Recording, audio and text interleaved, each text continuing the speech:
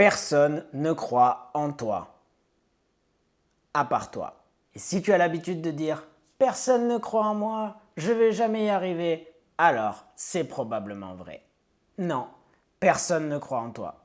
Pas ton agent, parce que tu n'as peut-être pas encore d'agent, pas les directeurs de casting qui t'ont refusé, pas les metteurs en scène qui t'ont pas pris dans leur projet, pas ta famille qui te demande encore « mais comment tu vas faire si ça marche pas ?» Maintenant, tu dis « personne ne croit en moi ». Ok, maintenant je vais te poser une question. Est-ce que toi, tu crois en toi? Si la réponse est non, alors j'ai une mauvaise et une bonne nouvelle. Tu veux laquelle en premier? La mauvaise? Ouais, je comprends. La mauvaise nouvelle, c'est que ne pas croire en soi n'est pas un état d'âme, c'est une configuration neurologique. Et ça bloque ta carrière de manière concrète, mesurable et documentée. Ok, tu veux la bonne nouvelle maintenant? C'est normal.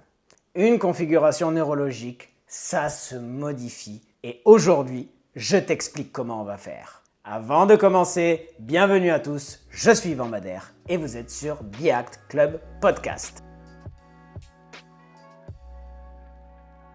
Commençons avec le problème neurologique. En 1967, il y a deux chercheurs qui s'appellent Seligman et Meyer qui ont fait des expériences dans l'université de Pennsylvanie. Dans leur expérience, ils ont mis des chiens dans un chenil et à chaque fois que les chiens s'approchaient de la porte de sortie, ils recevaient un choc électrique. Déjà, c'est pas très sympa de faire des chocs électriques à des chiens, mais bon, c'était pour l'expérience. Au bout d'un moment, même quand la porte de sortie était ouverte, les chiens ne s'approchaient pas de la porte de sortie. Ils ont appris que leur action ne change rien au résultat et ils abandonnent. Un peu plus tard, en 2016, Seligman, qui a continué ses recherches, a publié dans la Psychological Review un document qui prouve que la passivité n'est pas apprise, c'est devenu l'état par défaut du cerveau. Croire en soi est un acte actif qui doit être maintenu en permanence et donc est fatigant pour le cerveau. Et donc le plus facile, c'est de revenir à l'état par défaut qui est la passivité. Donc concrètement, pour un acteur, ça veut dire quoi? Ça veut dire que chaque refus non digéré, chaque silence de l'industrie, le cerveau enregistre progressivement que tous tes efforts ne servent à rien et il arrête de mobiliser les ressources pour le faire et petit à petit, tu as de moins en moins de motivation et tu as de moins en moins envie de faire les efforts pour continuer ta carrière. Allons plus loin. En 1977, à Stanford, le professeur Bandura, qui est un psychologue mondialement reconnu, a fait une étude sur ce qu'il appelle la self-efficacy, c'est-à-dire la croyance en sa capacité d'agir. Et il a démontré que, en fait, c'est à quel point on est prêt à faire les efforts en fonction de si on se sent capable de gérer l'obstacle qui est en face de nous. Dans le cas où les gens ont une faible self-efficacy, ils ont vu avec les études du cerveau que le cortex préfrontal, donc le PDG du cerveau dont on a parlé dans l'épisode précédent, est moins actif, la dopamine a diminué et l'amygdale, donc la responsable du système d'alarme des dangers, est de plus en plus activée. Donc, en gros, moins on croit en soi, plus le cerveau passe en mode défensif. En conclusion, ne pas croire en toi ne te rend pas modeste, ça te rend neurologiquement moins capable d'accéder aux ressources dont tu as besoin pour réussir. Donc ça devient un cercle vicieux toute cette affaire. Mais là où pour moi, j'ai vraiment, pour le coup, le cerveau qui a explosé, c'est quand j'ai appris que le cerveau construit ta réalité en fonction de ce que tu penses être ton identité. Le RAS, le système d'activation réticulaire, filtre des milliards de données à la seconde. On ne voit pas du tout le monde tel qu'il est parce qu'il y a tellement d'informations, même des choses qu'on ne peut pas voir dans ce qui est les UV et les infrarouges. Dans un spectre de lumière, on ne peut pas tout voir, donc le cerveau filtre les informations pour ne faire voir que ce qu'on a besoin de voir pour survivre. Il ne laisse passer que ce qui est important.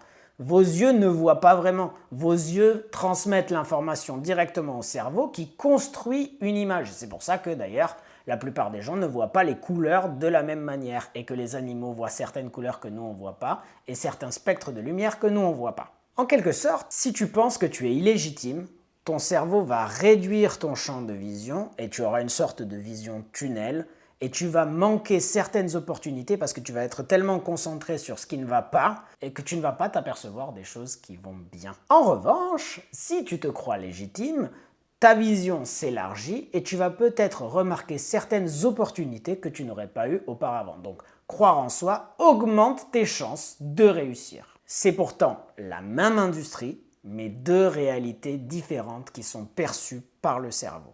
Vous avez déjà probablement eu cette chose que vous avez acheté une voiture et que tout d'un coup, vous voyez la même voiture partout dans la rue. C'est pas qu'il y a plus de voitures dans les rues avec exactement le même modèle. C'est juste que votre cerveau s'est désormais habitué à chercher dans la réalité des choses similaires.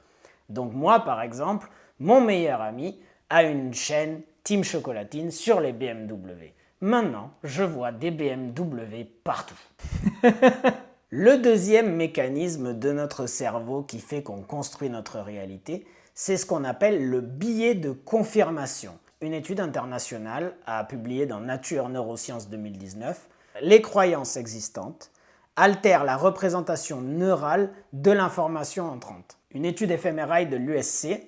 Cette recherche prouve que confirmer une croyance active le système de récompense, donc le striatum ventral, le cortex préfrontal ventromédian, qui sont les mêmes circuits que celui de l'addiction.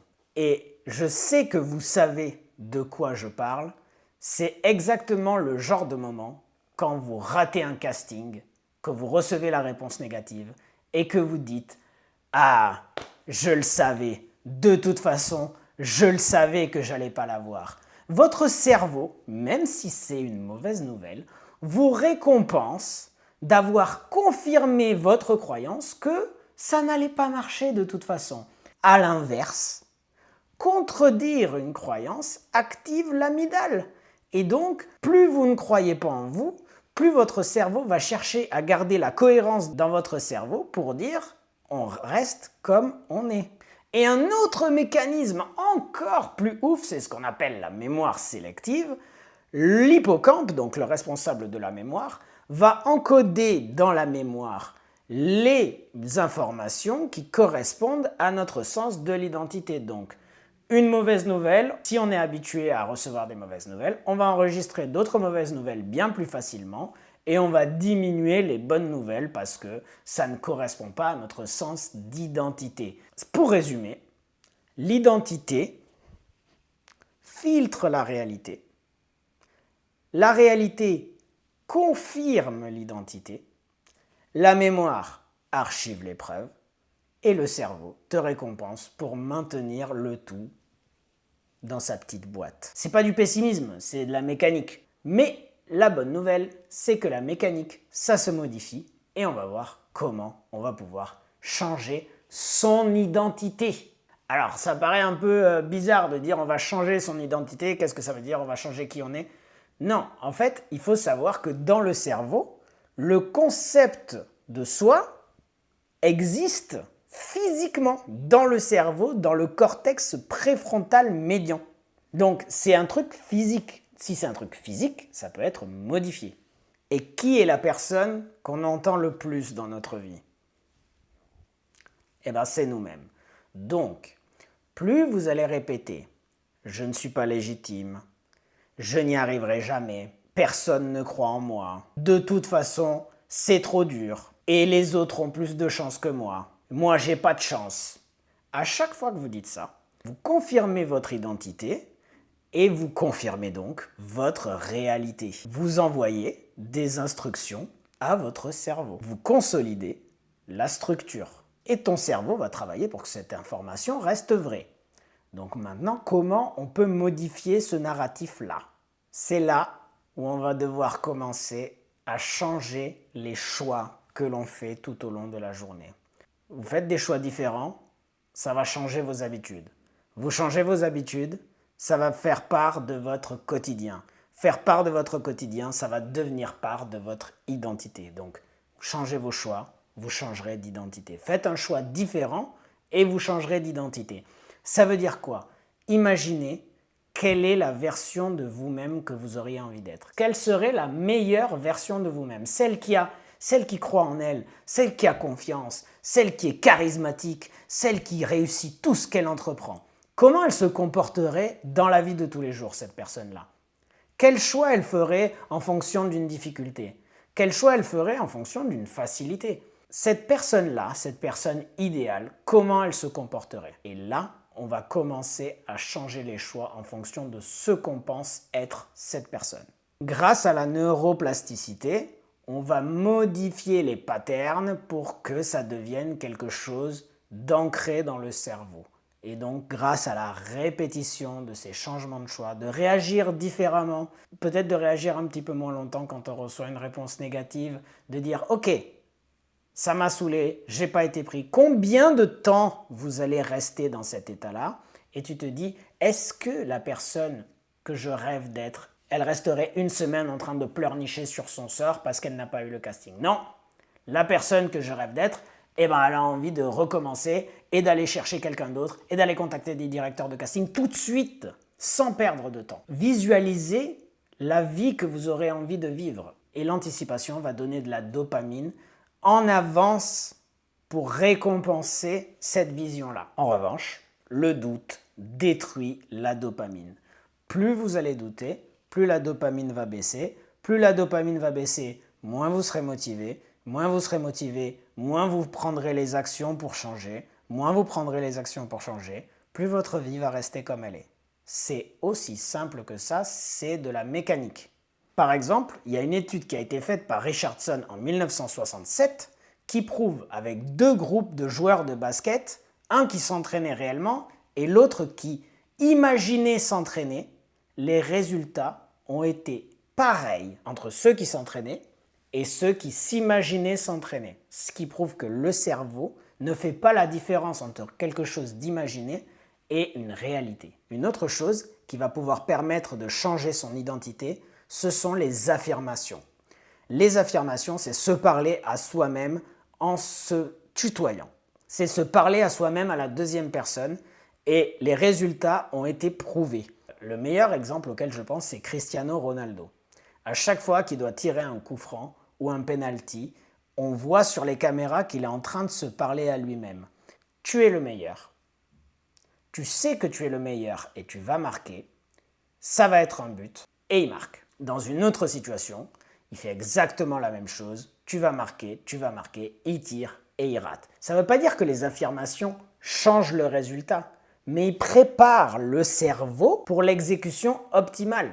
Il prépare le cerveau pour l'exécution optimale. Ça va activer la dopamine, calmer l'amygdale, met le cerveau dans les meilleures conditions neurologiques possibles. Après, le résultat, voilà, il y a des choses qui ne dépendent pas de nous. Comme quand on fait un casting, le résultat ne dépend pas forcément de nous. Et je vais vous donner un autre exemple encore plus flagrant. Quand vous regardez un match de foot et que c'est le moment des pénaltys, vous voyez un joueur qui s'avance pour tirer au but. Et vous voyez sur son visage, on le sait qu'il va rater. Ça se voit qu'il va rater. Pourquoi, à votre avis, ça se voit qu'il va rater? Et surtout, pourquoi il rate vraiment son tir alors que nous, on savait qu'il allait rater son tir avant? Pour le coup, il suractive le cortex préfrontal. Donc, ils commencent à suranalyser la situation, faisant moins confiance à leur instinct. Ils pensent aux conséquences de ce qui va arriver s'ils ratent. Et plus vous pensez aux conséquences de ce qui va arriver quand vous ratez, plus vous allez rater. A l'inverse, Andrea Pirlo, en 2012, il a fait une panenka à la Coupe du Monde. Et il a dit « Je regardais même pas le gardien. C'était moi et le ballon. » C'est-à-dire qu'il a éteint son cerveau. Il a fait confiance à sa technique, parce qu'il avait beaucoup de technique. Et il a dit « Paf, je tire ». Et il a marqué. Donc quelquefois, c'est mieux d'éteindre son cerveau et de faire confiance à son instinct. Vous le savez, plus vous allez vous mettre la pression pour un casting, car vous avez peur du résultat et les conséquences qui vont arriver. Si vous n'avez pas le rôle, vous allez rater votre carrière. Si vous n'avez pas le rôle, vous aurez des conséquences financières. Plus vous allez faire ça, plus vous augmentez vos chances de rater réellement votre casting. Donc, Quand votre cerveau commence à partir dans une spirale de et je vais pas y arriver, et c'est pas possible, et comment je vais faire, et c'est trop compliqué, parlez-vous à la deuxième personne. Et vous vous dites, bon là, moi je m'appelle Yvan, donc je me dis Yvan, mais vous vous appelez pas Yvan, quoi. Yvan, qu'est-ce que tu ressens? Comment tu veux gérer la situation? Comment ton toi idéal gérerait cette situation-là? Ça va remettre les choses à plat et vous permettre de prendre les choses d'une manière plus calme et donc plus instinctive. Attention, c'est pas fake it till you make it, c'est pas faites semblant jusqu'à ce que vous y arrivez. Je parle pas de faire semblant d'avoir une version parfaite de vous-même. C'est comme, en quelque sorte, du method acting dans la vie réelle. C'est-à-dire, quel est, dans des circonstances réelles, le personnage que j'ai envie d'être, d'incarner. Plus vous allez le faire vôtre, plus ça va s'intégrer. Tant que c'est là, j'ai confiance, j'ai confiance, j'ai confiance, et là, votre corps vous dit non, non, tu n'as pas confiance. Non. Votre système nerveux, dont on a parlé dans l'épisode précédent, votre système nerveux vous dit non, on est en mode alerte, on est en mode alerte, on va mourir. Tant que vous ne faites pas croire à votre système nerveux que tout va bien, que vous êtes en contrôle, vous n'aurez pas le résultat que vous espérez. Donc oui, là je parle d'une chose qui est assez générale, mais si on le prend à la carrière d'acteur, structurellement, on est fait pour que la confiance en soi s'érode au fur et à mesure. Entre les refus, les réponses négatives, l'attente et le fait de ne pas être reconnu à son juste talent, à chaque fois ça peut créer de la frustration. Et comme les chiens qui se prennent la décharge électrique à chaque fois qu'ils s'approchent de la porte de sortie, au bout d'un moment, vous abandonnez et c'est triste. Et pourquoi certaines personnes qui ont moins de talent que vous arrivent? Ils ont tout simplement une meilleure croyance en eux-mêmes. Et les gens qui réussissent, ce n'est pas les gens qui sont les plus talentueux, c'est les gens qui sont sûrs, au plus profond d'eux, qui vont y arriver. Le déterminateur de succès commun, une étude a été faite, montre que ce sont les gens qui ont la grinta, donc la persistance, qui réussissent le plus. Au-delà de toutes les autres qualités qu'on peut trouver chez les gens qui ont du succès. Donc le professeur Bandura, donc le professeur de Stanford, là dont on a parlé tout à l'heure, parle de cette façon d'aborder les obstacles. Les gens avec une très bonne confiance en eux voient un obstacle comme une opportunité de maîtrise, c'est-à-dire, ok, j'ai cet obstacle-là, comment je vais me débrouiller pour pouvoir surmonter cet obstacle-là? Alors que les gens qui ont une faible confiance en eux voient un obstacle comme un obstacle et se dire, ok, il y a un caillou sur la route, je m'arrête. C'est une configuration du cerveau. Et une configuration, ça se modifie. Le cerveau n'est certainement pas gravé dans le marbre et c'est la neuroplasticité qui va nous prouver qu'on est capable de se transformer. Et donc, plus vous allez dire « oui, mais moi je suis comme ça », plus vous allez rester comme ça. Si par contre vous avez envie de changer, il va falloir faire les choix pour changer au fur et à mesure. Donc oui, personne ne croit en toi à part toi. Personne ne croit en toi sauf toi. Personne ne croit en toi mieux que toi. C'est pas de la naïveté, c'est de la neurologie. Si tu maintiens activement comment tu veux filtrer ta réalité, quelle est ton identité, quels sont les choix que tu veux faire, plus tu vas maintenir cet état de confiance en toi. Et maintenant, la dernière question que je te pose, c'est pas est-ce que l'industrie va finir par croire en toi, c'est est-ce que tu vas maintenir cette confiance en toi suffisamment longtemps pour que l'industrie n'ait pas d'autre choix que de s'aligner avec ton identité. Donc tu peux faire 3 choses. Tu peux commencer chaque soir à écrire quelles sont les choses qui ont fonctionné aujourd'hui. Quelles sont les petites victoires que j'ai eues aujourd'hui. Observe tout au long de la journée comment tu te parles à toi-même. Remarque combien de fois tu te parles négativement et combien de fois tu te parles positivement. Et à chaque fois que tu t'attrapes en train de te parler négativement, corrige. Et enfin, 5 minutes de visualisation avant de passer ton casting, avant de passer ta self-tape. Visualise de façon précise toi en train de réussir. Et c'est exactement ce que The Act Club propose, c'est-à-dire Pas comment avoir une carrière parfaite. Comment construire et maintenir la configuration interne qui permet de durer dans une carrière qui est structurellement conçue pour nous faire douter. Voilà. Si toi, tu crois en toi, tant mieux. Si tu connais quelqu'un qui ne croit pas suffisamment en lui, envoie-lui cet épisode car il aura besoin d'avoir ce petit boost et peut-être qu'il y aura un conseil qui va lui faire changer d'avis et qui va le transformer. Voilà, cet épisode est terminé. J'espère que ça vous a plu.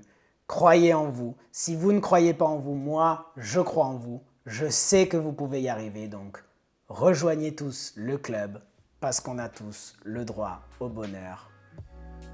Ciao.